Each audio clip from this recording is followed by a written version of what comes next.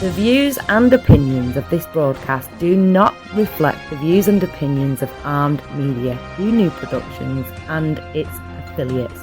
Enjoy the show.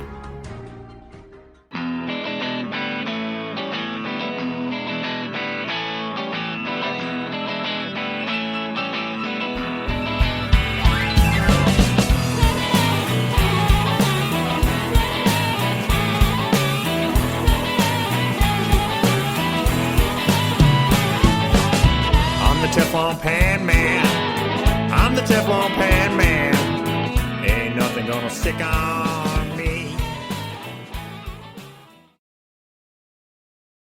Hello, everyone, and welcome to All You Can Eat. It's the podcast about deliciousness. I'm your host, Rob Rosenthal, coming to you live on the 21st day of July in the year 2021. Tonight's show's a hot one. I mean literally, because my guest this evening is Sean Evans. How do you know Sean Evans? Well, because you have seen his show, Hot Ones, on YouTube. 15 seasons in a row of hosting this really fantastic interview show. And Sean is such a good celebrity interviewer that, in fact, just a couple months ago, he was nominated for an Emmy Award for his work. Really super impressive. What's Hot Ones? In case you don't know, I'm going to talk to Sean about it. But essentially, it is a, like we said, it's a celebrity interview show. And it's how do they do that? Let me go back to my notes here because I like what they started. They start every show like this. It's the show with hot questions and even hotter wings. Because over the course of the interview, guests and Sean eat a progressively hotter sauce, hotter chicken wing, 10 wings in a row. And it's fascinating to watch, and it's great entertainment, and it's a super good show. And if you haven't seen it, what you do is pop over to YouTube, look up Hot Ones. It's on the First We Feast, network you would call that. And in particular, you may want to check out, because Sean has interviewed Shaquille O'Neal, Billie Eilish, Jeff Goldblum, Kevin Hart, Charlize Theron, Guy Fieri, Post Malone, Weird Al, Neil deGrasse Tyson, and when I asked him about the celebrities, here's what it is that he said. You'll hear this in my conversation with him in just a moment, but if you are not familiar with the show, here's a couple that you can check out as kind of the benchmarks. One is the one with Gordon Ramsay, which hit the internet in a huge way, since over 90 million people have actually watched that particular episode of Hot Ones. You may also want to check out the episode with Scarlett Johansson. You should also check out the episode with Paul Rudd, and then you can go through 15 seasons worth of just fascinating interviews with people that are literally screaming in pain and with tears and coming out of their eyes as they get into progressively spicy hot wings. So there you go. I mean, let me, without further ado, kind of put on my conversation with Sean. And then we'll come back at the end, maybe talk a little bit about chicken wings in terms of how we might want to prepare it, spicy or otherwise. And with that, here we go. Let's get on with Sean Evans. Sure. Hey, welcome to All You Can Eat, Sean. It's a pleasure to have you here. It's the podcast about deliciousness. Well, thank you so much for having me. It's an honor. And, first of all, let's start from the very beginning. I hear you're in New York City, New York?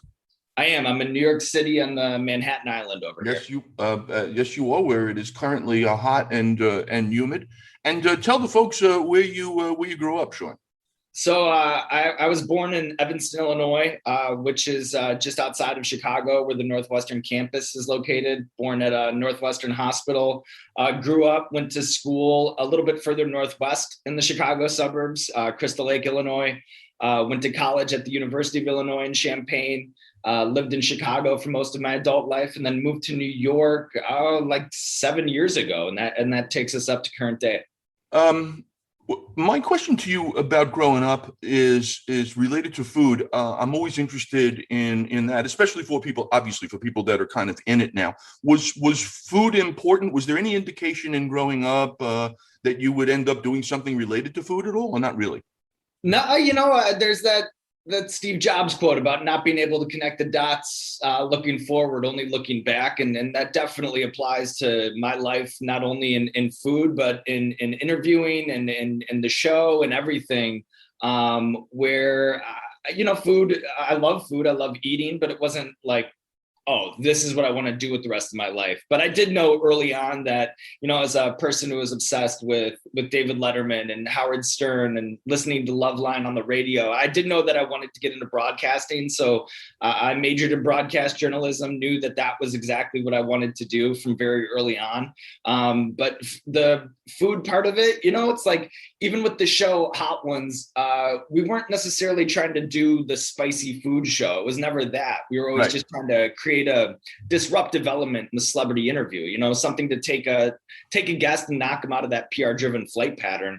And our solve for that just ended up being hot sauce, just because we were just trying to solve for that problem. And so I guess over time, my proximity to the First We Feast brand and in doing hot sauce and meeting all these different craft makers and labels and everybody, it's definitely been a full education in food. But how I ended up here is just a bizarre Plinko ball bouncing and landing there. Well, the show is brilliant, and because you found a disruptor, because you found a way of creating essentially a new venue for interviewing people. For those who don't know, though, explain Hot Ones to people. Sure. Well, it's just your classic interview show. Even from the looks of it, we have just a completely stripped down set, just black curtains, tables, a bald host, and 2 flights of chicken wings. And basically what it works is we interview celebrities. And it is a classic traditional interview show in every sense, but for one caveat is we interview celebrities over increasingly spicy chicken wings as a way to break them down over the course of the interview. So that's Hot Ones in a nutshell. The show with hot questions and even hotter wings, and we don't overcomplicate things, that's for sure. And for people who want to go catch episodes, what is the best way to find it for them? Well, we make it super easy for you. If you just go to YouTube, the First We Feast channel, you'll find we've been doing this now 6 years. We're in the 15th season. A few hundred celebrities have taken on the challenge. So if you're new to the show, there's an entire backlog for you. And I would suggest maybe checking out the Gordon Ramsay episode first, or the Paul Rudd episode first, or the Scarlett Johansson episode first. If you like those episodes, then you'll probably like the show. If you don't like those episodes, cash in your chips. Don't worry about it. That's very good. It's funny that you mentioned those, because, I was going to ask you a specific question about celebrities. Before I do, let me just offer you my heartfelt congratulations on your Emmy nomination as a host. That's very impressive. Oh, thank you very much. Being a YouTube show, I didn't even know that was a possibility. Yeah, so, it's great. It's great. No, but text messages so much. Like, it was just validating, and I've eaten thousands of scorching hot chicken wings for the internet's amusement over the years. So that being the pot of gold at the end of the rainbow feels pretty good. No, it's awesome, and you do a really brilliant job. And so on the celebrities, as someone who has seen both Gordon Ramsay and Paul Rudd, I kind of haven't gotten to Scarlett Johansson yet, because I was I was just watching Charlize Theron, and to me, I could. Frankly, Sean, I would look at them if they were saying and doing nothing for 30, 40 minutes. You know what I'm saying? But having them eat the wings and taking your questions is that much more stimulating. I want to now ask you the same kind of question that you might ask them, which is to say, who kind of your guests over the years, and you've had a ton of famous people in all different kind of genres, who is kind of most surprised or impressed or disappointed? Who were the guests that? And by the way, if you don't want to answer, feel free to eat a super hot wing with a dab of truth or dab. Yeah, super dab, right? Truth or dab. Well, I mean, you probably feel this way about your podcast. Like if somebody asked you the same thing, you would probably be like, well, it's hard to answer that because they probably check different boxes for you. Correct. Like there are probably interviews that you like because maybe you were talking to somebody who traditionally doesn't do well in the interview format, or maybe the media is painted a certain way, and then they connect with you and show a completely different side of you. And then for that reason, you love that episode. Or maybe you have a podcast where you think it was just a technically excellent interview that covered a lot of ground and was balanced. And for that reason, you love that podcast. Or, for me personally, I think like athletes as a category are the toughest nut to crack when it comes to an interview. So like if we do an amazing athlete interview, those hold a special place in my heart. So it's hard to answer that question specifically because I'm obsessed with our show and I could tell you about like why every episode is the best episode. But I think like that's the magic. And to just give you a few specifics, I think one of my favorite episodes is the Halle Berry episode, because she came in here and she's like, I'm here to eat. I'm cleaning all these wings. And she went through it without any kind of a reaction whatsoever. And if you're taking bets on how this interview is going to go this way or that way, that's probably not the bet that you would make. But that's, I think, the magic of the show is that they can always be so surprising. Early on, we always used to bet, like, do you think this person's going to make it through? How do you think this is going to go? How do you think that's going to go? But once you once you introduce this disruptive element with the spicy wings, all bets are out the window, because you never know how a guest is going to sit in that chair and react to that situation. So I think that's, beyond being like an interview show and people tuning in because they're interested in a guest, I think that's part of the excitement for fans, is just all of the variables and how they'll play out over the course of this interview. That's a very good and very savvy answer. Thank you for that. And I can identify, by the way, because we're on episode only 112 here. That's a lot. It's good. I feel good about it. They're hour long, and it's 112 of them. And normally I do it just like this, by the way, which is to say live. I'm not a pre-production. I shouldn't say pre-production. I'm not a post-production guy. So, and I think what you said is right. Are there some guests that you have not had yet that you aspire to, that you would be excited by?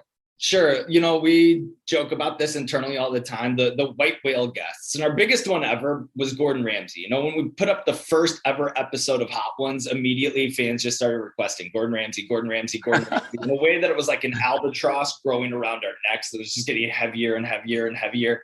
I'd go to the airport, people would be yelling at me, when are you going to get Gordon Ramsay on the show? That's funny. I'd come home for Thanksgiving and my aunt would be like, who you have to have on the show? Gordon Ramsay. Yeah. So I was just like, it's impossible to do this show until we get Gordon Ramsay in the seat. And then eventually we did as our season premiere 3 years ago. And it was an amazing episode, and our biggest episode to date by a lot, probably has like 90 million, maybe 100 million views at this point. It's just kind of crazy the way that was like an internet fever dream that actually came to life, and the internet responded in a big way to it. So, I think that would probably be my answer to it, is the Gordon Ramsay. That was the white buffalo that eventually we were able to put on the wall. But what fans will do is, once you catch one white whale, they just start requesting a million more. So like it just never ever stops. And right now, like Dwayne Johnson is a highly requested guest, and Keanu Reeves is maybe the most requested guest that we have right now. So you capture one white buffalo and another one takes its place. So it's just forever the game. Yeah, gotcha. I'll put one in for Barack Obama. I just thought that would be, and especially as an Illinois guy as well. Let me just ask you before we get into kind of the spicy thing in the Tums. Let me just ask you one other question. As a food guy, from a recipe perspective, what are you doing? You're just basically frying decent wings and then mixing it up with your various hot sauces. That's that simple. Yeah, so we get the wings delivered, and we kind of, have found places that really look good on camera and then have tasty wings. So for us, it is that deep fried, just looking like a nice piece of fried chicken sort of situation. But then, we'll also have guests that'll make vegan requests, and we'll meet people halfway on whatever dietary preferences they have, whether it's what kind of milk they want to drink, if they want ice cream on set, all of those different things. For the episode coming out this Thursday with Michael Che, he's our first guest to ever request fish sticks. So we met him halfway on that and put fish sticks on the table for him. So that's kind of the move that we go there, but for the most part, the wings are definitely the default. Sure. And then the way we do, and then because people always ask me about this, so I appreciate the time to answer this. The way that we do the sauces is our producer Dom, who sometimes you'll hear me talk to off camera. What she'll do is she'll do like 2 tablespoons of sauces, put them in bowls, put those bowls together, shake up those wings so it has full coverage, so nobody can duck the sauce, and then put them on the plate. Make sure that they're nice and warm for our guests, and then we just do the interview. And before I ask you about the thing that you're doing with Tums, which is interesting, before you even get to that, they're seated at the table. I see ice water. I see some milk product, whether it's regular dairy milk or almond milk. You will see beer, whatever. What is there? You would know this. What is kind of like the ultimate relief? What is the antidote? Yeah, so I have experimented with this, as you can imagine, over the years quite a bit. And what I've found is, nothing can, once you dive into something that's spicy, there's nothing that is just going to shake you clean like an Etch-a-Sketch. Like once you start that spicy food journey, there's a little bit of suffering, there's a little bit of pain that's going to have to go with that delicious adventure every once in a while. So there's nothing that's going to like bring you all the way back. But part of a post-show ritual that I've come to really enjoy and love is that, my life can be so kind of, so many people reaching out. My phone is just going off all the time, just emails going off all the time. It's such a 24/7 job. But the one time people have to leave me alone is after a Hot Ones shoot, where I'll go home and crank the air conditioning, put on some basketball shorts, and just kind of zen out. And I always do so with a bowl of gelato or some ice cream or something. Sure. I find that that's the best way to sort of bring you back down from space. I like it. I like it a lot. That's great. That's great. All right. Tell me now. Okay. So tell me now. You're doing some participation with Tums that involves spicy food, obviously, and kind of a road trip around the country. Tell the folks about that. Yeah, so collaborated with Tums to put together a nice spicy road trip, calling it the Autoburn Road Trip with Tums. And basically what we wanted to do is heat things up for people after an especially bland year. And there's amazing spicy dishes in every region of the United States. So that was our goal, was to put together highlight some family-owned restaurants that really could use the support, especially right now coming out of the year that we just had, and just make a good spicy road trip for people now that travel's open up, now that people are getting out, now that it's the summer. Ways that you can kind of just hit these spots all over the country and get a good taste of the amazing and delicious spicy menu items that are highlighted on the road trip. Great. And if people want to kind of get information about that, they would go to where, Sean? So TumsAutoburn.com, and there's also a sweepstakes at the end where you get to come to New York City and have a spicy meal with me. And that's actually comes to a close this Friday, July 23rd. So you can enter at TumsAutoburn.com, and that's where you can get more information on the road trip. All right. So the things for people to remember, TumsAutoburn.com for this. First, we feast to watch episodes of the great Hot Ones with our Emmy Award nominated. Is it an Emmy? Yes, an Emmy Award nominated host, Sean Evans. Delightful to hang with you for a short time here. I wish I were closer. I would meet you for some gelato there in Manhattan. But there you go. Well, you let me know next time you're back in town. I absolutely will. I've spent my whole life there. I can hear it. Yes. Oh, yeah, that's right. I forgot. Yeah, people mentioned that I might have an accent from the neighborhood. A little bit. Yeah, well, I do. What are you going to do? Well, thank you, Sean. Really appreciate it, and great to have you here on the show. Thank you. It was a pleasure. Good chatting with you, and appreciate the time. Same here.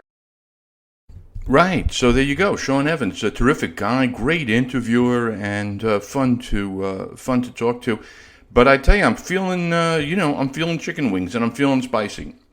And, I would basically say that here's what I do. Oftentimes, most times, in fact, chicken wings are deep fried. And then to make them, for example, buffalo style, you take them out of the deep fryer. And then you put your hot sauce and butter. And up in Buffalo, they use Frank's hot sauce, which I buy by the ton over at the Costco, because, Costco Ho. But you mix up your Frank's hot sauce and and some melted butter, and then you take those deep fried wings and you go ahead and you put them in, mix them up and toss them all around in that hot sauce. You have yourself buffalo, chicken wings, which you serve with your whatever, your blue cheese dressing, your celery sticks, or straight up. I make wings all the time, and I never make them that way. Number one, I don't deep fry them, and I do, though, use Frank's and don't use butter. So here's what you can do if you want. Again, my formula is always most taste, fewest ingredients, least effort. So chicken wings are great to begin with. You could do the same thing with thighs if you want. You get a lot more meat for the money. And what I do is I douse them up with the Frank's, and then I put them into a hot oven. And I'm going to tell you the truth, you don't actually need more than those two ingredients. Because when you take Frank's, which not only has the heat, but also has the salt, and you put it on chicken wings, which have their own kind of fat, and you put it on high heat, and you roast that up for a while. When I say high heat, I mean 450, 475, whatever. I usually like to put it on, until I see smoke, and the smoke alarm goes off. You can halfway through, you can flip them over so they get crispy on both sides, which they do in the oven. And then when they come out, go ahead. If they look a little dry, go ahead and hit them with some more of the Frank's. So that's the way I do it. And I'll tell you another thing that I do, and I've mentioned it before, but I'm a huge fan of the Ethiopian spice called berbere, Berbere. And oftentimes I take my chicken wings or thighs, I hit them up with the Frank's, I hit them up with the berbere, a 12, spice seasoned blend that has some heat and some, and basically 11 other fantastic flavors. I call them my berbere buffalo chicken wings, and I roast those in the oven. Again, the deal is that if you go high heat, let's call it 450 for argument's sake, you put them in there, you see that they get crispy brown on one side, you flip them over and you put them in for another, 10, 15, 20 minutes on the other side. You can look at them and know when they're like, when you go, hey, those look like I want to eat them now. At which point I turn off the heat, let them sit in there for another 5, 10 minutes, they crispy up, and that's just a beautiful product. Anyway, so that's how I handle my chicken wings. Do it any way that you like, eat any of the chicken that you like. Watch the show, Hot Ones, with our guest this evening, Sean Evans, going into his however many seasons this is. I don't know, what is it, 15, 16 seasons. Amazing. Great guests and really a supremely talented interviewer he is. That's it for this episode, I believe 112, if I'm not mistaken, of All You Can Eat. I can always correct that on the next time around. Next week's guest, by the way, the very impressive chef, Ming Tsai. I'm thinking, not that I couldn't remember his name, but he does so many things. A restaurateur, a cookbook author, really one of the most accomplished, impressive guys you want to know, not only for all his pursuits in the culinary world, but this guy's done 17 seasons. I believe they're on the 18th season of Simply Ming on public television. There's no show at this point that has run longer in the cooking genre. He'll be on next week's show, so you can tune into All You Can Eat. Again, we run here live on Wednesday evenings, and then we're archived forever, in perpetuity, on the great big podcast networks of iHeartRadio, Spotify, Spreaker, and whatever else we're on. I am your host, Rob Rosenthal, glad to be with you, and you can find me at realrobrosenthal.com. That's probably the easiest way. Even though I'm somewhere on Instagram, somewhere on Facebook, and somewhere on Twitter, and different iterations, different names, realrobrosenthal.com will get you to me. And until next time, remember, my friends, life is short, so never waste a meal. I'm the Teflon Pan Man. I'm the Teflon Pan Man. Ain't nothing gonna stick on